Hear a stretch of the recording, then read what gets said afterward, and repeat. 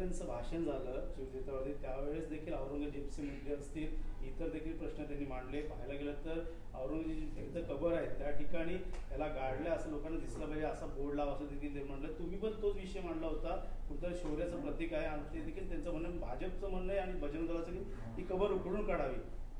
असं आहे, काही गोष्टी ठाकरेंच्या कानातनं तोंडातनं ऐकल्या की महाराष्ट्राच्या कानाला बरं वाटतं. मी या भूमिकेवर ठाम होतो की औरंगजेबाची कबर ही महाराज शंभूराजे आणि ताराराणी यांच्या शौर्याची निशाणी आहे. महाराष्ट्राच्या म्हणजे स्वराज्यावर आक्रमण करणारा आलेला दिल्लीचा सुलतान हा त्याच्या घरी परत जाऊ शकला नाही. त्याचं थडगं आम्ही महाराष्ट्रात उभारलं, त्याला या मातीत गाडला. ती आमच्या शौर्याची निशाणी आहे. अफजल खान हा आमच्यातल्याच हिंदूंमधल्याच कृष्णा भास्कर कुलकर्ण्याला हाताशी धरला, नारो कुलकर्ण्याला हाताशी धरला आणि महाराजांवरती चाल करून आला. अतिशय गुप्त पद्धतीने महाराजांची हत्या करण्याचा विचार त्याचा होता. महाराजांनी तो पाडला आणि 7 फूट 6 इंच उंचीचा असलेल्या अफजल खानाला 1 मिनिटात महाराजांनी खाली झोपवला. त्याच्यानंतर महाराजांवर पहिला वार झाला आणि तो वार या कृष्णा भास्कर कुलकर्ण्याने केला. तेव्हा बाजूला त्यांच्या सिद्धी इब्राहिम होता. इतिहास येतो, तो इतिहास असा व्हॉट्सअपवर वाचून कधी होत नाही. इथे कधी काल राज ठाकरेंनी सांगितलं ही गोष्ट खरी आहे की इतिहासाची पुस्तकं वाचावी लागतात. कोणी व्हॉट्सअप फॉरवर्ड केला की इतिहास समजत नाही. अफजल खानाची जी कबर आहे ना, ती माझ्या महाराजांच्या हुशारीची, त्यांच्या गनिमी काव्याची आणि त्यांच्या युद्धनीतीची. त्यांना त्यांच्या आईने सांगितलेलं की अफजल खानाची लढाई माळरानावर रडू नकोस. अफजल खानाकडे मोठं सैन्य आहे, कदाचित आपण त्याच्यासमोर कमी पडू सैन्याच्या संख्येमध्ये. त्याच्यामुळे अत्यंत चालाखीने त्यांनी अफजल खानाला तहासाठी किंवा जे काय असेल ते प्रतापगडावर बोलवलं आणि प्रतापगडावर ते समोरासमोर आले आणि त्यांनी अफजल खानाचा तिथे खतम करून टाकला. अफजल खानला हे शौर्य, ही हुशारी, ही पुढची 1000, 2000, 3000 वर्ष जोपर्यंत जग आहे तोपर्यंत शिवाजी महाराजांचं जो शौर्य या 2 कबरी कथन करत राहतील. या 2 कबरी कथन करत राहतील. तुम्हाला तेच पुसायचं आहे. तुम्हाला त्या कबरी उखडायच्या नाही आहेत. तुम्हाला शिवाजी महाराज पुसायचे. तुम्हाला संभाजीराजे खुपतात. तुम्हाला संभाजीराजे खुपतात. इथला एक वर्ग आहे ज्यांना संभाजीराजे खुपत असतात. आणि म्हणून मी म्हणतो की संभाजीराजेंबद्दल अचानक एवढं प्रेम आलेला जो एक वर्ग आहे, त्यांनी सावरकरांनी, गोळवळकरांनी आणि इतर साहित्यिकांनी जे संभाजी महाराजांबद्दल लिहून ठेवलं आहे ते आम्ही पुसून टाकू. ते साहित्य आम्ही महाराष्ट्रात येऊ देणार नाही. ते ह्याच्यापुढे महाराष्ट्राच्या साहित्यात नसेल असं बोलण्याची हिंमत का नाही दाखवत? संभाजी महाराजांना सर्वात जास्त बदनाम कोणी केलं? त्यांचा हिशोब आपण विचारणार आहोत की नाही? आणि बरं झालं राज ठाकरे बोलले. म्हणून मी सुरुवातीलाच म्हटलं काही गोष्ट ठाकरेंच्याच तोंडातनं बऱ्या वाटतात त्या. अरे मराठ्यांचा इतिहास येतो आणि मराठा म्हणजे मराठा नाही, मराठा ही महाराष्ट्राची ओळख आहे. मराठाला मी जात मानतच नाही. पंजाब, सिंध, गुजरात, मराठा हे जनगण मनामध्ये जेव्हा म्हटलं गेलं तेव्हा मराठा हा मराठी माणसाची ओळख होती.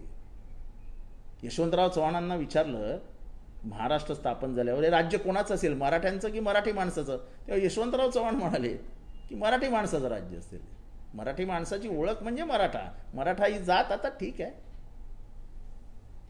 तेव्हा हा औरंगजेब आणि अफजल खानाचा इतिहास म्हणजे त्यांच्या कबरी तोडणं बिडणं हे सगळं शिवाजी महाराजांना छोटं करण्यासाठीचं कटकारस्थान होतं.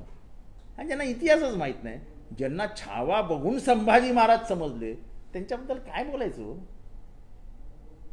तो इतिहास कुठे आहे?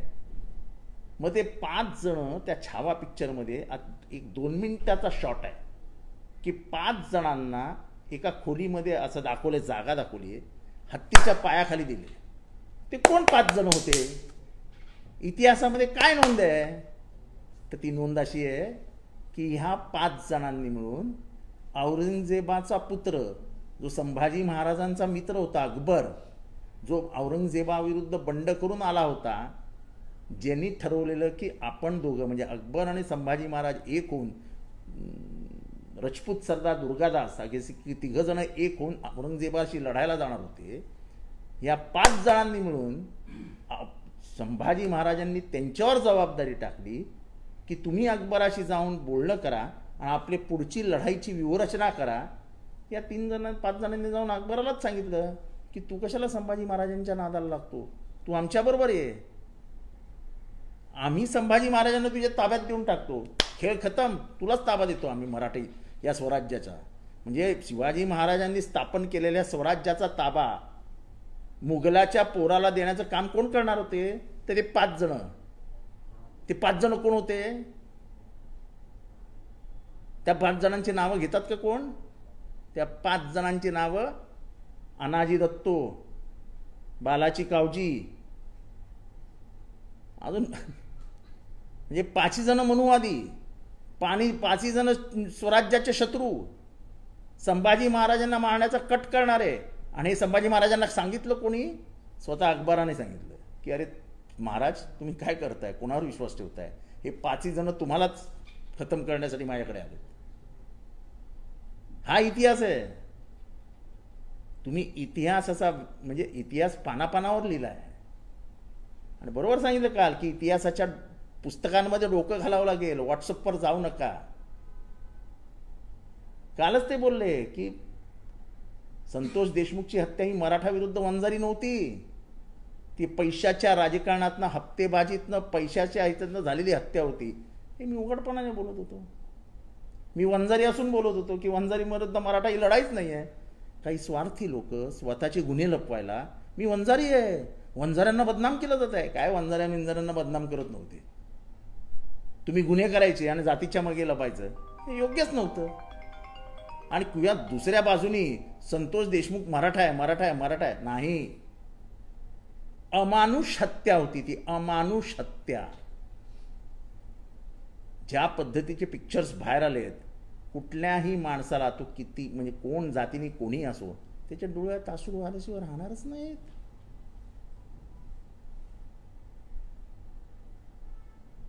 ह्या देशावरती